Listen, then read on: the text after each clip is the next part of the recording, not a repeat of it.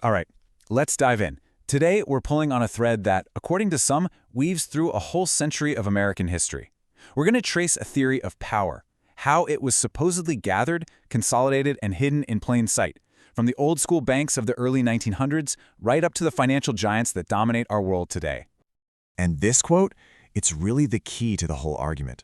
The source material we're looking at says this isn't just about cable news ratings. Nope, it's a fundamental principle for control. The idea is that the real battlefield, well, it's inside our own heads, in our most basic, primal emotions. And here's the technical term for it, the amygdala hijack. You know that feeling, right? When something happens and you just react. That jolt of fear or anger that just takes over before you've even had a chance to think. That's your brain's fear center hitting the emergency brake on rational thought. The sources we're digging into today argue that this biological switch is the key to understanding how mass influence works. It's the button they learned how to push. So here's our roadmap for today. First, we'll explore that core concept of fear as a tool. Then, we'll track how this idea was allegedly put into practice, starting with the original money trust. From there, we'll look at the supposed fusion of corporate and government power, get into the CIA's shadow operations, and then bring it all into the present day with the financial giants that loom so large, asking what this all means for us. So how exactly does a personal biological panic response get turned into a tool for controlling millions? Well, the theory goes like this. If you can engineer an environment of constant uncertainty, a constant low-grade crisis about money or security or even your health, you can keep a whole population in a state of simmering fear. And people in that state are, well, a lot more compliant and much easier to lead. All right, so let's jump back in time and see how this theory claims the machine was first built.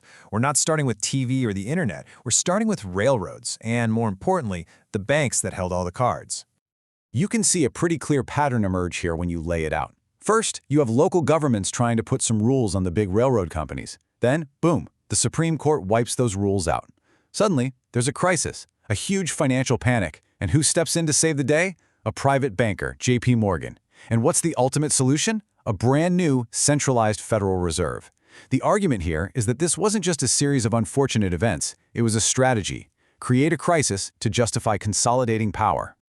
And this concentration of power got a name, the money trust. It became a huge public issue, even sparking congressional investigations.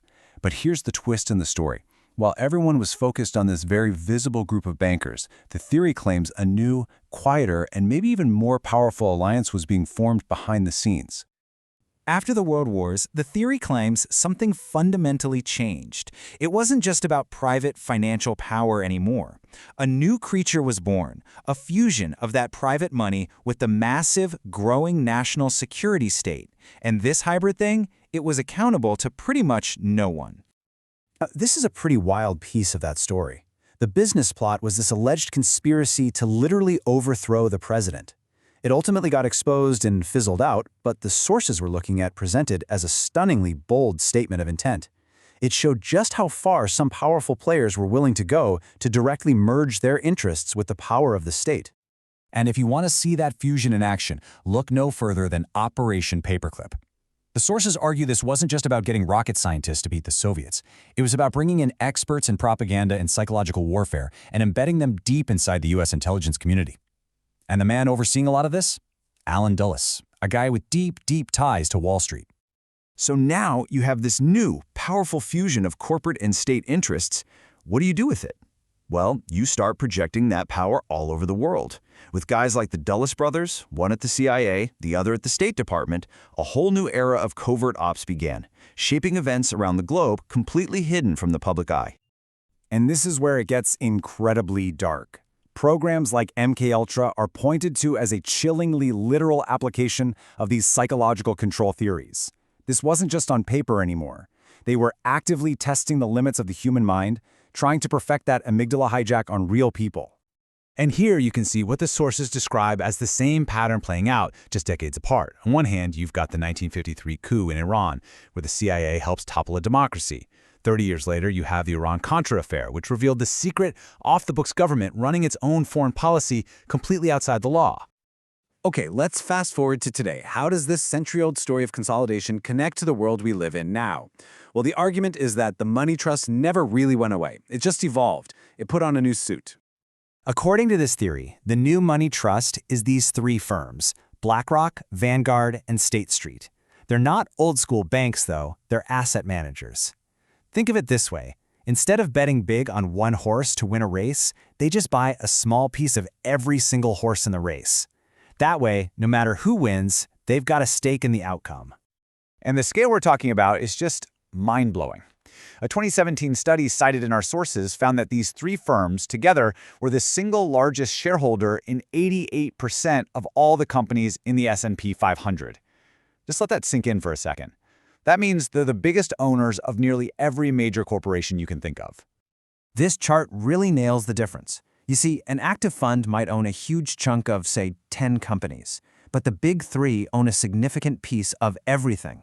Their ownership isn't deep, it's broad, it's comprehensive. And that, the sources claim, gives them a totally unique kind of influence that touches the entire economy.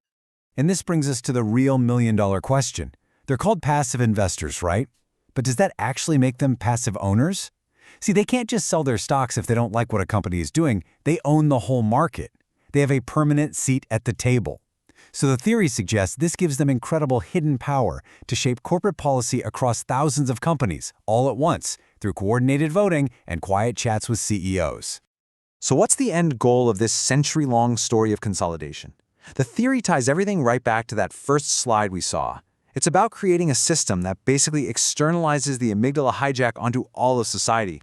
And the conclusion is this: by consolidating control over these four key pillars of modern life, what we buy, what we know, what we earn, and how we stay healthy, you create a system of near-total dependency. You create a structure that keeps the public in a state of managed crisis, always a little bit worried about their job, their savings, their future. And that's really the punchline. This, they argue, is the societal version of the amygdala hijack. When there are no real alternatives for your money, your news, or your healthcare, you're trapped. You're living in a state of perpetual low-grade economic fear. And that fear, the theory concludes, ensures that everyone keeps playing by the rules of the system as it's been built. So we'll leave you with that final, pretty intense thought from the source material.